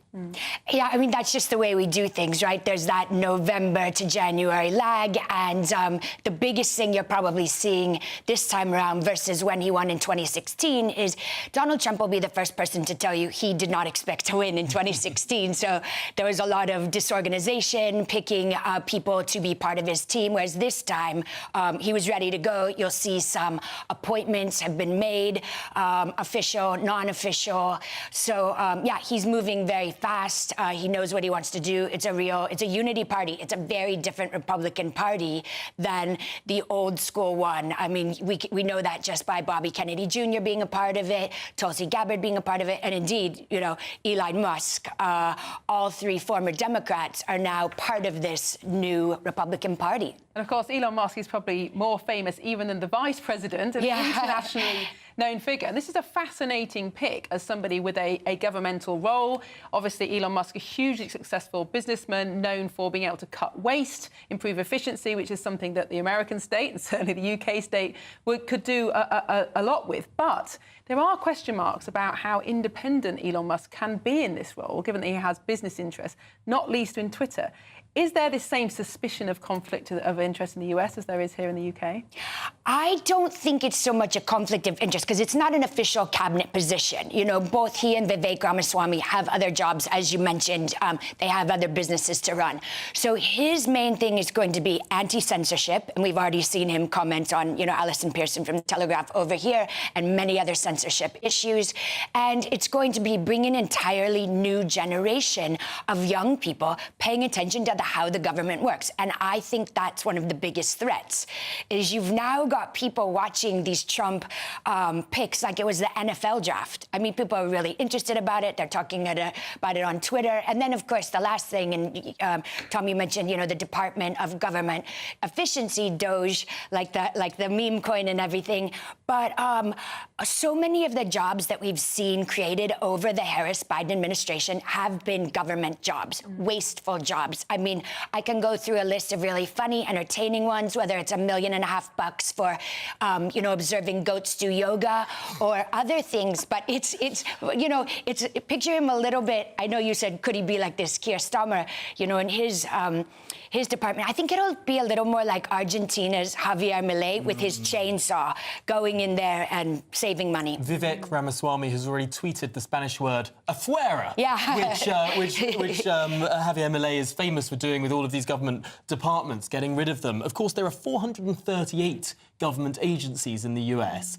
Elon Musk has been on record saying he wants to strip that down to 99. He was interviewed a few months ago saying, we've created more than one government agency for every year the United States has existed, if you take it on average. Do you think it would be possible to, cut the number of government agencies by more than 75%? I do. I think, one, it needs to be done. Our debt is so bad in our country that the interest rate on paying back the debt is now more than our defense budget, which, as you know, at the United States of America, we have a pretty decent defense budget. So it has to be done if we want our dollar to be saved, if we want our country to be saved. And number two, it can be done. And that's why you're seeing President-elect Trump choose a lot of outsiders. You're going to see some criticism of some of his picks, like, whoa, where'd that guy come from? Or where'd that woman come from? Because it's not the typical names that he was given last time, like, oh, you know, choose these generals or choose these cabinet members. And that is what 75 million people voted for. It's a much more populist, inward-looking country. It doesn't mean we won't look after our allies, but we need to put our own oxygen mask on first. It's been an extraordinary victory. However, the sister party, the Conservative Party here in the UK, has just experienced an extraordinary defeat. What can the British Conservative movement learn from the Republicans? Well, I think that what you first can do is listen to the voters. I mean, I was a Conservative voter in this country for quite some time. I voted Reform this time around simply because they were not behaving in a Conservative fashion. And I think people, the voters, both in America this time and from what I remember, you know, back in July at the election year in this country, people do not appreciate having their issues, when they bring up their issues, being told they're racist or misogynist or, oh, hey, stop complaining about the price of groceries. I mean, those were the two biggest issues in the U.S. election, both the economy and inflation, and of course the crisis with illegal immigration at the southern border. There are some crossovers here, and I think the Conservative Party needs to just start listening to the people on the ground. Yeah, it's fascinating. You think about the American presidential campaign.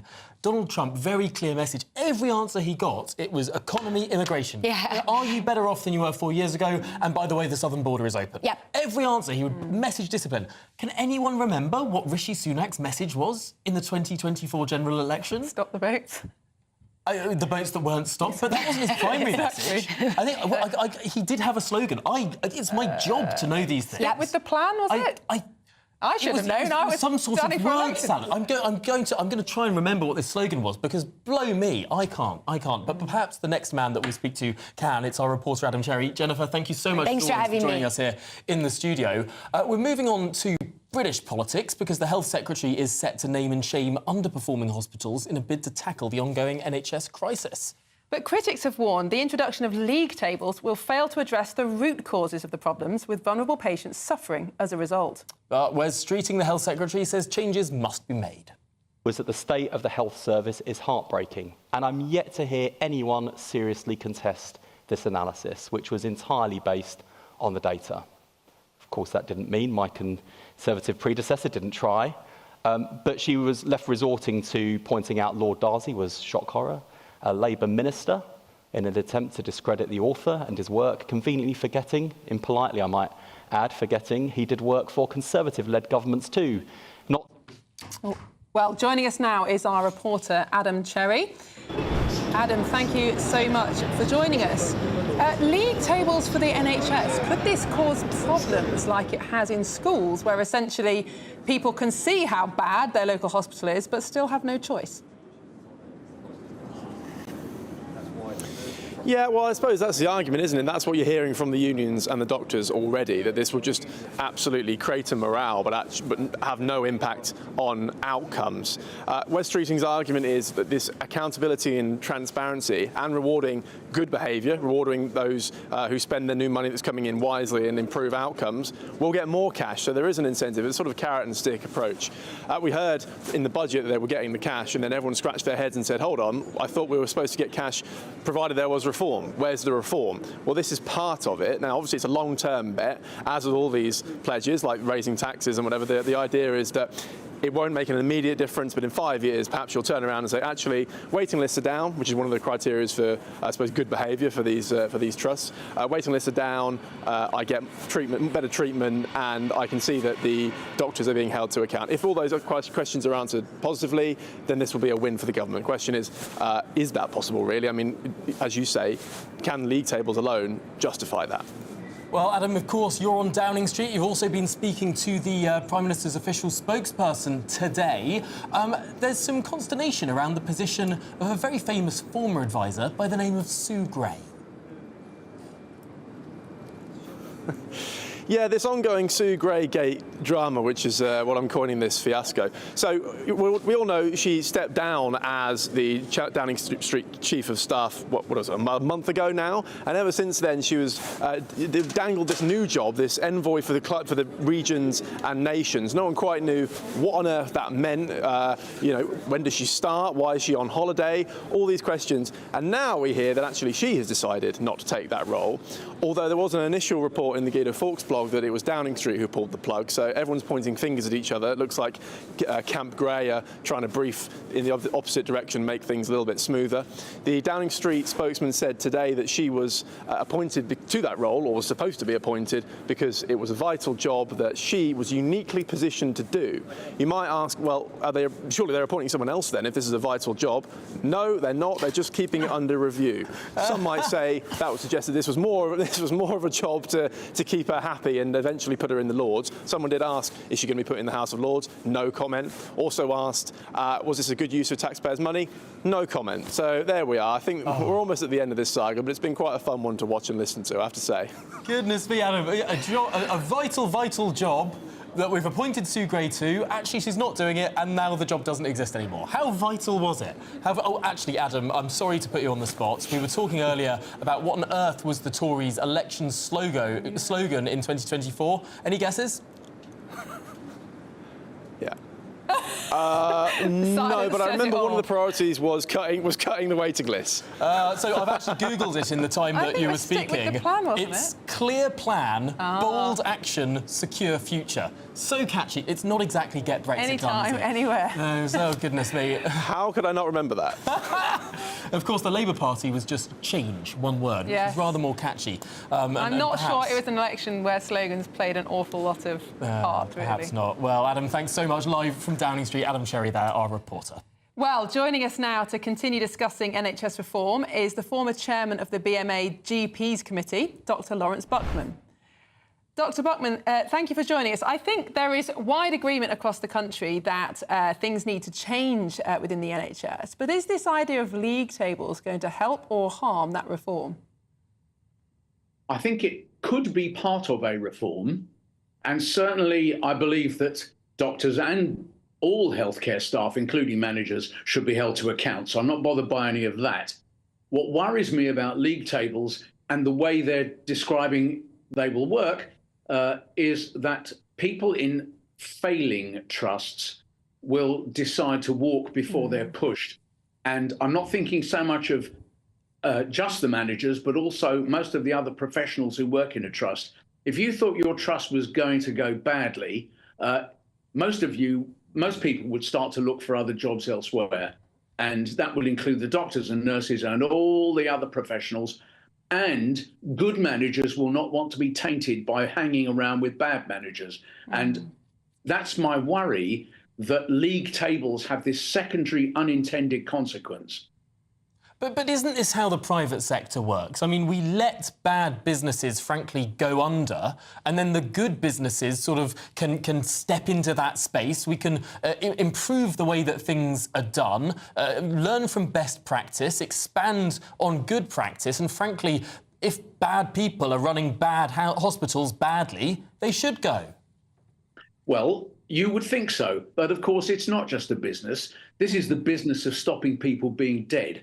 And therefore, if you're going to start healing the sick, you can't just say, well, that community hospital can go, they're no good anyway, another district general hospital. Dr Buckman, isn't one of the problems that a recent Commonwealth Fund study into various health systems efficiencies found that actually the NHS is not very good at keeping people alive as currently it's constituted. But perhaps we do need to learn from other health systems around the world that do inject more competition into their own internal models. Yes, I don't think there's a problem with competition. It's what you do in the gap between the failure and the success. The idea, which they also have at the same time, is they actually position it after the failing trust, but I would actually put it in before the trust actually fails, is to have a parachute team dropped in who can take over the running of the hospital. I've got no problem with that at all. And the idea that a failing trust could be taken over, but I think it has to happen rather quicker than slower, so that the failing trust is taken over before it fails. You want to keep the professionals and the managers on side. Don't all stand around wringing your hands when it's too late and saying, oh gosh, there's no hospitals in Birmingham that are working. Well, what now? You can't, It's far too late. These two things have to run together. If you run it together, of course, competition is no problem. Of course, reform, we all agree the place needs reform. I don't think there's any doubt about that at all. Dr. Buckman, thank you very much. We are going to sadly have to leave it there, but thank you so much for joining us. And I think it is a very good point that hospitals that are at the bottom of the league table will struggle to recruit. That's exactly what's happened with schools. League tables don't work when you want every single entity to succeed. Well, the debate continues. This is Good Afternoon Britain on GB News. Coming up, is free speech under threat once again as Telegraph journalist, one claims she's become the target of a police investigation for her posts on social media. That next.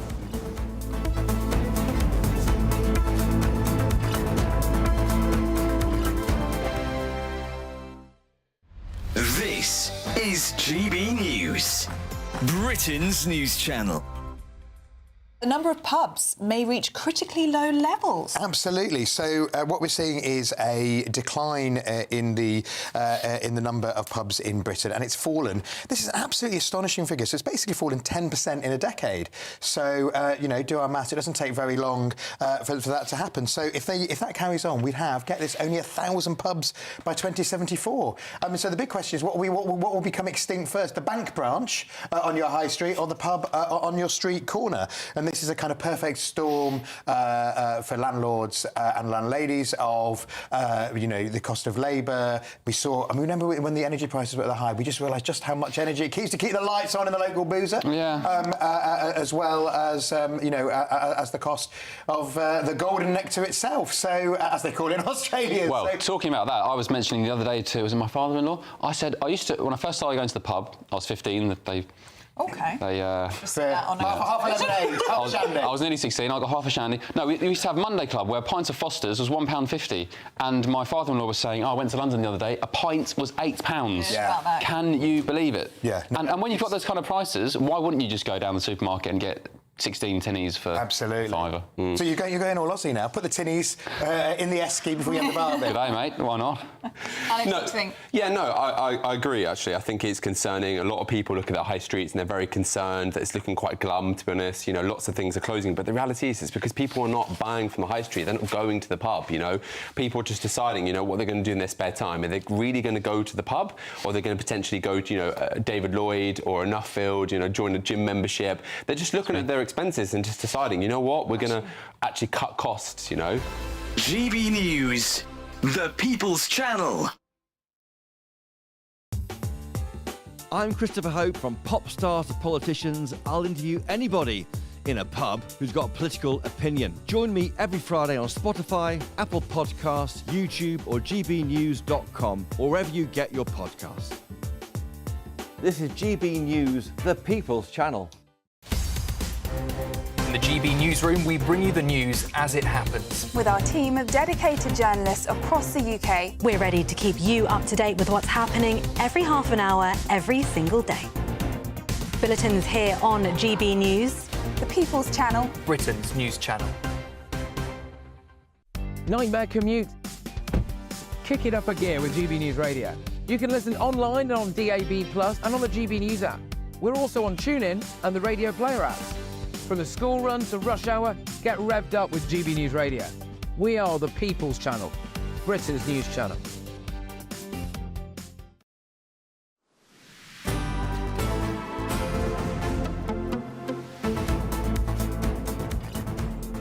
Good afternoon, Britain. It is 27 minutes past 2, and I'm going to take you straight to the United States now, because Donald Trump's plane is in the middle of flying across to Washington, D.C. Here it is landing. Trump's plane has landed in Washington, D.C. This because the president-elect is due to meet the current president, Joe Biden, in the White House this afternoon. It must be a very strange sense of déjà vu, because, of course, 4 years ago they did this, but the other way around. Yes. So fascinating. What will they be talking about? I mean, of course, the rumours are that Biden didn't particularly like Kamala Harris and is perhaps then less upset than he might otherwise have been by the result. He looked beaming when Donald Trump sort of won the election. He went out and made this statement. I'm sure he wasn't super happy because it's not his party, but I mean, Joe Biden does now have the accolade that he is the only man in the world to have ever beaten Donald Trump in an election. But we should say this is Maryland where the plane has landed. Of course, a short distance from Maryland to the District of Columbia, where the White House is. There will be a convoy of cars, a presidential convoy, a presidential-elect convoy for Donald Trump and various advisors for this visit to the White House. Of course, exactly the same scene happened 8 years ago when there was a rather awkward meeting in the Oval Office between then outgoing President Obama and incoming President Trump. I mean, I remember watching that video and sort of seeing a sort of shiftiness on either side, trying to make it seem that, you know, this is a peaceful transition of power, this is what a democracy is, everyone putting a brave face on it, but my goodness me, they didn't know what they were in for. No, and reflecting on that, so much has changed in those 8 years because people were genuinely shocked and worried when Trump won unexpectedly in 2016. But actually, his presidency, of course, not everybody supported what he said and did, but the world did not end. In fact, there were fewer wars, the American economy went up, and I think although many people who oppose Trump don't like the fact that he's been re-elected, there isn't the same kind of fear as there was in 2016. And I think actually a lot of people who were very worried about perhaps some of the more strident foreign policy outriders of Donald Trump, well, the man he seems to be about to pick for the Secretary of State position, the sort of equivalent of Foreign Secretary, is Marco Rubio, who was seen as an establishment Republican to some degree, although he was a bit Tea Party movement. He was a big battler of Donald Trump in the 2015-16 Republican primaries. If he is selected as the Secretary of State, I think a lot of people who worry about whether America is going to go completely insular, is going to step away from the world in its entirety, I think perhaps they'll breathe a sigh of relief. Well, it certainly marks a change to foreign policy, and perhaps one that we should be paying attention to here. Lots of people criticised Trump for withdrawing from the Iran agreement, but actually, in hindsight, that's probably the best thing that he did, setting up the Abraham Accords. Will we see a return to more stability with a strong man in the White House? Who knows? Yes, really, really big questions here. But, of course, we'll keep an eye on this airfield in Maryland, where the Trump plane has, in the last minute or so, come in to land. We should be expecting to see Donald Trump step out of this plane in just a few minutes' time. So do stay with us here on GB News, because we'll be right back to this plane, the scenes in the United States of America, after your very latest headlines.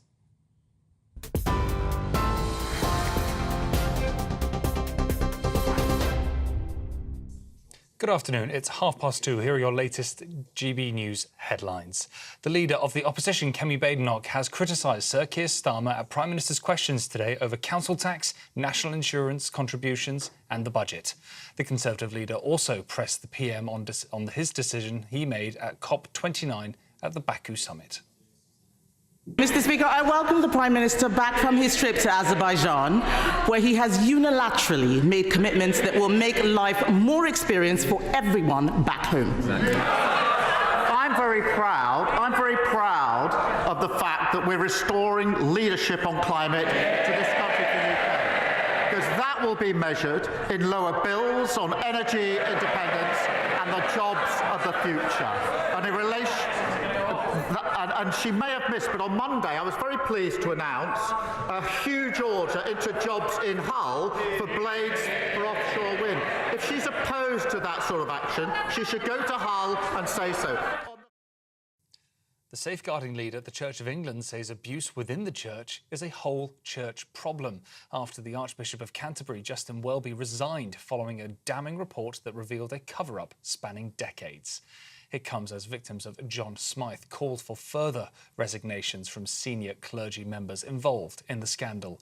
Justin Welby announced yesterday that he was standing down after an independent review concluded Smythe could have been brought to justice if he had formally reported him to the police more than a decade ago. Failing hospitals will be named and shamed in league tables and managers sacked if they can't improve patient care and take control of finances. Health Secretary Wes Streeting told leaders at the NHS Providers Conference in Liverpool there will be no more rewards for future failures, as he set out a package of measures aimed at tackling poor performances. NHS England will be carrying out no-hold-bars reviews of the NHS across England, with the results made public in league tables, which will be regularly updated. NHS trusts can expect to be ranked on a range of indicators such as finances, delivery of services, patient access to care and the competency of leadership. The Health Secretary also championed the Chancellor's autumn budget, claiming the NHS came out on top. Our collective challenge is to take the NHS from the worst crisis in its history, put it back on its feet and make it fit for the future. The budget was important. The Chancellor gave us the investment we need to arrest the decline, begin fixing the foundations and start turning the service around. The NHS was the standout winner. We're delivering the largest health capital budget since Labour was last in power and the biggest cash uplift in day-to-day spending of any government department. And in the next few hours, President Joe Biden will host President-elect Donald Trump at the White House for a meeting designed to demonstrate a smooth transition of power.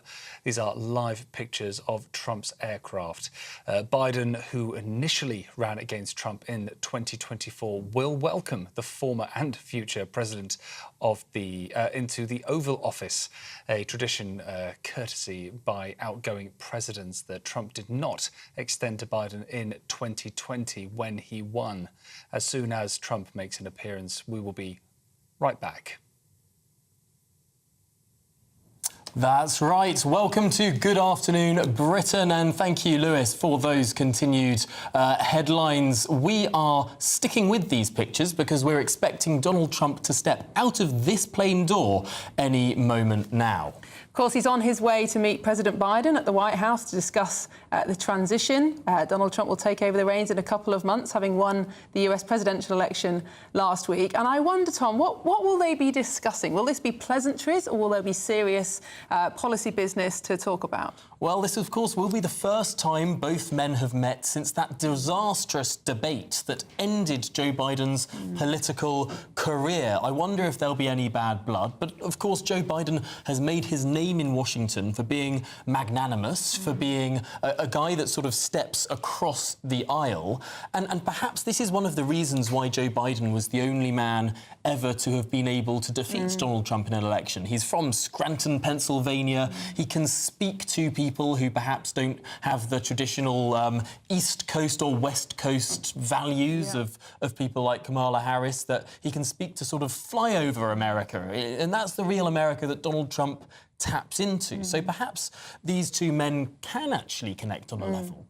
Well, and of course, Biden was the only one to have beaten Trump. Perhaps that will be his place in history. And as you say, Tom, Trump really appeals to those lower-income voters in Rust Belt America. That's why Biden was picked by the Democrats as the only person who could beat him. And it's just a symbol of that realignment that's taking place across the West, isn't it? Where people who traditionally would have stuck with a left-wing party are actually moving to traditional Conservative parties who maybe stand up for the national interest. Are we going to see we Trump should say here? that the door has opened now to the aircraft. We've seen a Secret Service individual walk down those stairs now. The pilot inside that aircraft has opened the door, stepped back. We should be expecting... There he is. The President-elect of the United States, wearing his trademark long red tie, is now making his way down those stairs. This will be the first time that he has returned to the White House since leaving it as president in January 2021.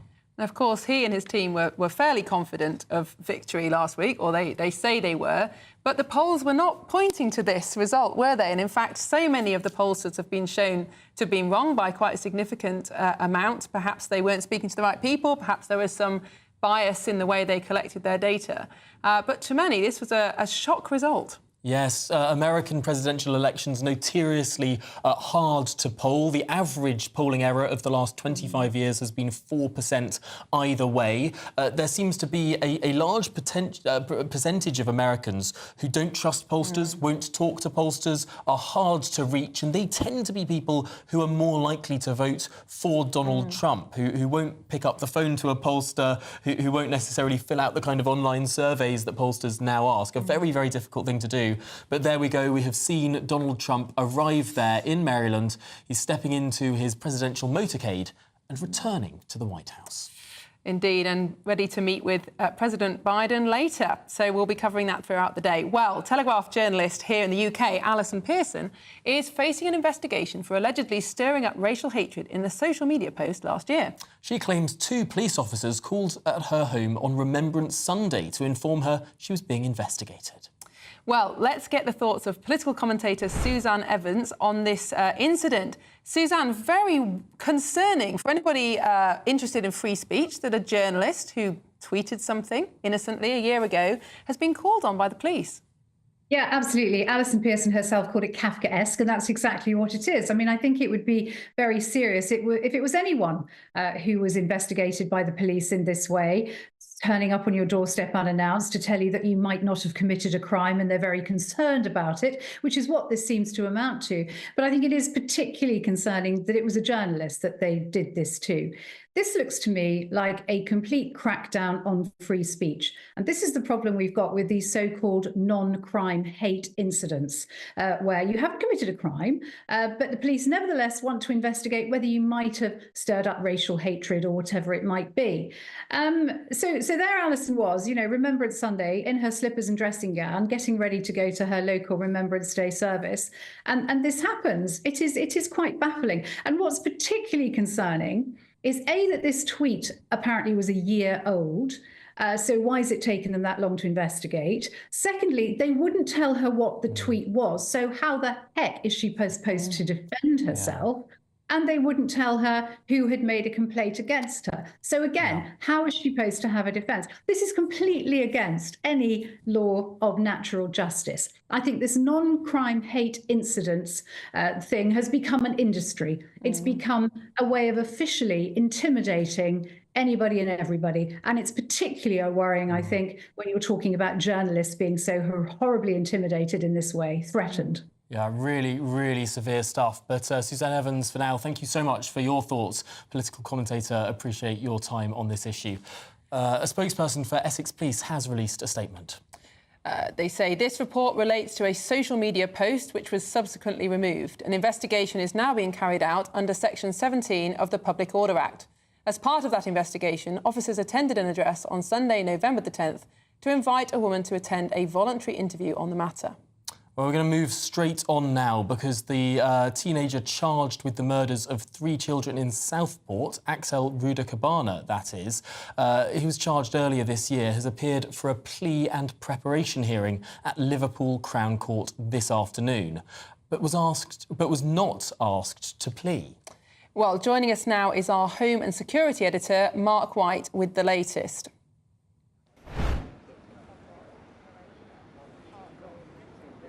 Mark, please update us.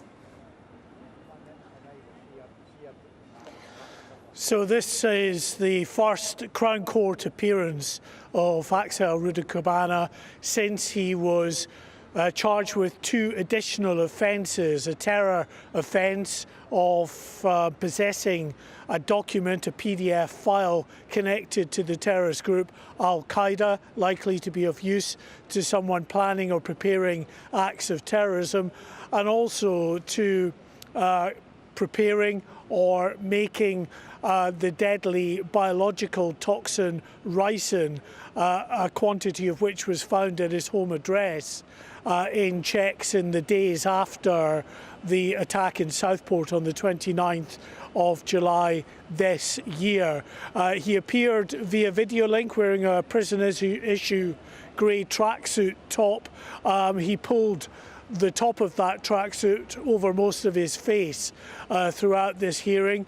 Once again, as he has done with his other court appearances, he declined to speak to confirm his name, his address, his date of birth, all those details. He wouldn't even raise his hand when asked to by the judge if he understood what was being said to him. He has been remanded back into custody now and will appear again here at Liverpool Crown Court on the 12th of December. The trial itself has been scheduled for the 20th of January next year. We're told it will be a trial lasting between 4 to 6 weeks. Now, he faces charges, 3 counts of murder, of murdering those 3 schoolgirls aged 6, 7 and 9, attempted murder charges of 8 schoolgirls and 2 adults, also the possession of a knife alongside those new charges, a terrorism charge and that biological weapons charge as well. He has now been remanded back into custody until that next court appearance here on the 12th of December. Well, Mark White, thank you very much for that comprehensive report. This is, of course, a story we take great interest in here on GB News and will be following with interest. Well, this is Good Afternoon Britain on GB News, and we'll be back after the break. If you want your news to be straight talking... This is a nightmare for the Conservatives again. Down to earth. It's not just Nottingham where this is happening, is it? And most importantly, honest. Hard-working, middle-class taxpayers, they'll get the book thrown at them. Then catch me, Martin Daubney, Monday to Friday, 3 till 6 p.m. on GB News, Britain's news channel. Sunday with Michael Portillo from 11, only on GB News. It seems that the younger generation's interest in literature is waning. Academics argue that educational policies have failed to encourage reading for pleasure, contributing to declining numbers of English literature students and a shift towards young adult books rather than classic novels.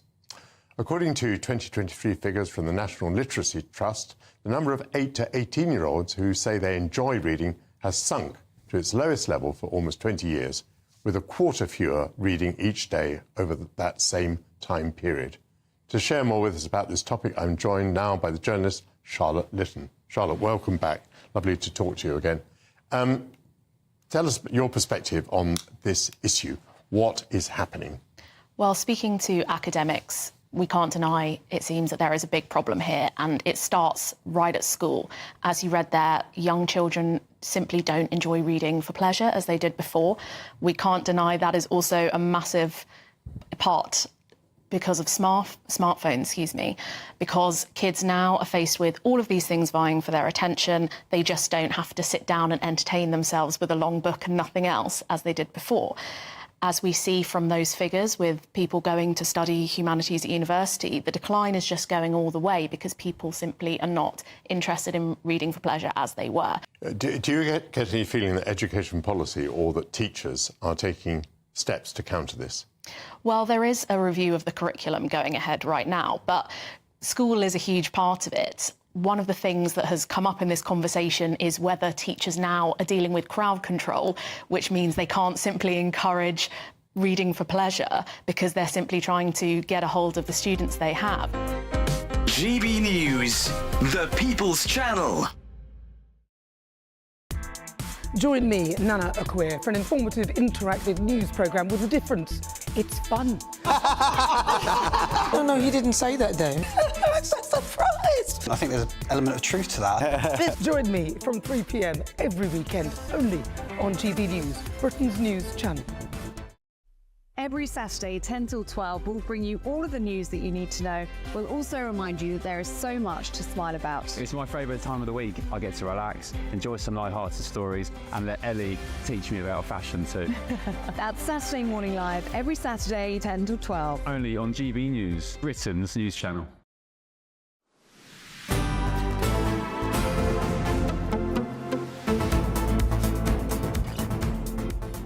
Good afternoon, Britain. It's just gone 2:45, and you have been getting in touch on all the topics we've been asking you about today. Indeed, referring to the Allison Pearson police interview, Grumpy Grandad says, why didn't the cops just call her to invite her to attend a voluntary interview? Why did they have to scare the life out of the woman and her family turning up on a Sunday morning?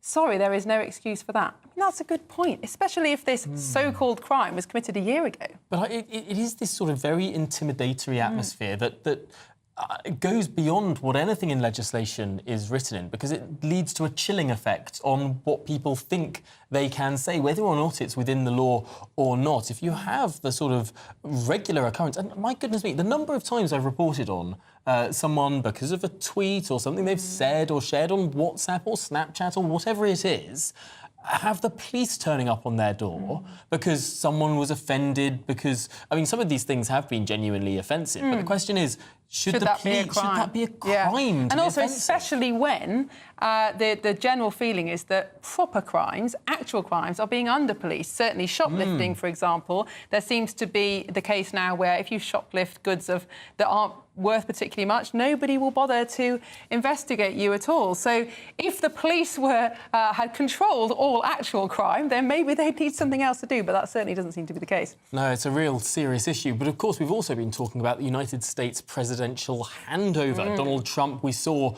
live in Maryland, get off his Trump-branded plane. He's heading off to see Joe Biden. And we should say that we'll be bringing you those pictures from the Oval Office in an hour or so's time, maybe a couple of hours' time, when he arrives there. Really interesting dynamics. And Neil T says, I love how Trump has flown in on his personal jet. It has been polished within an inch of its life, definitely not operated by EasyJet.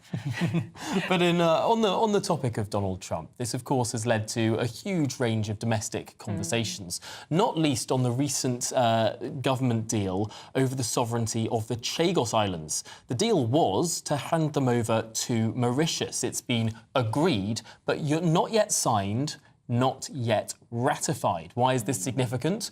Well, Donald Trump's pick for National Security Advisor has been scathing about the deal in recent months. He's been saying that this deal puts the US military base at Diego Garcia at huge risk of Chinese surveillance. Mauritius, an ally of China, owning all the area that surrounds. I mean, you can see the implications. It will be a very interesting clash between the Keir Starmer government and the incoming Trump government because, as you say, it's well known what Trump and his security advisors think about this. And the question is now, who will win? Because in theory, the Chagos Islands are or were British to decide what to do with. But obviously, this US base is a huge strategic interest, not just for the US, but for us. So it'll be a humiliating climb down for Keir Starmer if he has to reverse UK policy for Trump. And now there's been a new element. Someone else who's stuck their oar in, perhaps to the delight of many. Lord Ashcroft, the billionaire former Conservative donor, has said that he is going to help fund a legal challenge to what the government has been agreeing to, what the government has previously signed up to. I can bring you the words from Lord Ashcroft, which he committed to only some moments ago. They are that he is on to financially support any legal action to reverse the shameful giveaway of the Chagos Islands. I've been there and understand why UK sovereignty is imperative. Those are the words from Lord Ashcroft, a very significant voice in this entire discussion. I mean, this is a really interesting perspective because, on the one hand, personally, I don't think we should be giving the Chagos Islands away. I don't see why we shouldn't stand up for British and, indeed, Western military interests. But on the other hand, I dislike the trend to use the law or the courts to challenge Parliament, which is ultimately sovereign. And if you don't agree with your political opponents doing it, then you probably also shouldn't support your political allies. That's true. We do see this increased sort of... if we don't like a government decision, we're going to legally challenge it. Well, isn't Parliament sovereign? I suppose one of the issues, though, is that international law has been used and abused here. Various issues at the United Nations where we know China has been exerting its influence ever more greatly with its investments in so many less economically developed countries, bringing them within the Chinese orbit, bringing them, helping them vote for China at the UN. I wonder, though, if this is a bit of a turning point. Clearly, what the UK government's decision here was, there's too much international pressure, we need to follow what the UN says here, we have to give up these islands. Well, I'm not sure the Trump administration is going to pay much attention to be worried about what the UN says.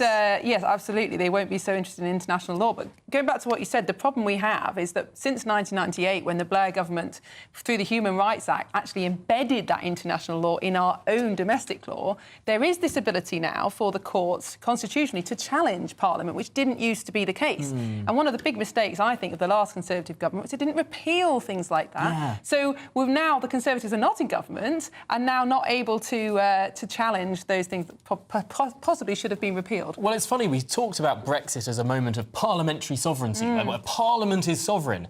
But of course, I mean, in 2005, the groundwork was laid for the Supreme Court. I mean, none of these institutions are particularly old or long-standing. One of the things that I find is so bizarre is that Conservatives have been told, oh, you can't go against institutions in this country. Well, what if the Supreme Court was set up after 2007? I mean, is that a long-standing institution? It doesn't sound like a long-standing institution. No. The law lords used to sit in Parliament. Exactly. And actually, Parliament has been disempowered by this, and people have less sovereignty than they used to do. I think you're absolutely right. Conservatives believe we shouldn't mess with the institutions. Well, we should be talking about Parliament or the Church of England as our institutions, or perhaps our ancient universities, but not something that was created 5 minutes ago. It's extraordinary, isn't it? If you're a Conservative, you must conserve institutions. So I'm just going to create as many institutions as I can in my Parliament. Say a socialist government gets in, creates 105 institutions. Well, now you're a Conservative. You have to conserve all that the socialist government did. I mean, think about it. Does that make any sense at all? No, and the pattern of government in this country and in the US, by the sounds of it, is just to create more laws, more departments, more spending, that then there's this unwritten rule that you then can't get rid of. Well, I think the idea that you should scrap 10 laws for every one that you create is probably quite a good one. That is a good... Will it catch on, Well, Tom? David Cameron brought in the 2-in-1-out rule. Yes, that's a good idea. But then Theresa May scrapped it, I think. Indeed. It's, a very, very bizarre episode in our country's history. But thank you so much for joining us along this rip-roaring journey of a show. Of course, do stick with us, do stick with Martin Daubney, who is up next. He'll be bringing you much more on that historic Trump-Biden meeting. So do stick around for that. He's 3 until 6. And we will be back tomorrow and again for the next 2 weeks almost, while Emily is on honeymoon. Lovely to see you. Absolutely. Thanks for watching Good Afternoon Britain.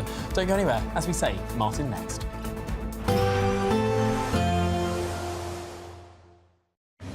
A nice bright morning will generate a lovely warm day, right through to the evening. Boxed Solar, sponsors of weather on GB News. Welcome along to your latest weather update from the Met Office here on GB News. Changes are on the way with the weather, but for tomorrow, we're back to where we have been for most of November. Dry and cloudy kind of sums it up. It has been fine and sunny for some today, but this weather front pushing south will bring a lot more cloud with it. We've still got high pressure. That's the dominant feature, and that is keeping things fairly dry. As I say that, though, with that weather front slipping south, there will still be some drizzle here and there as this band pushes its way southwards across parts of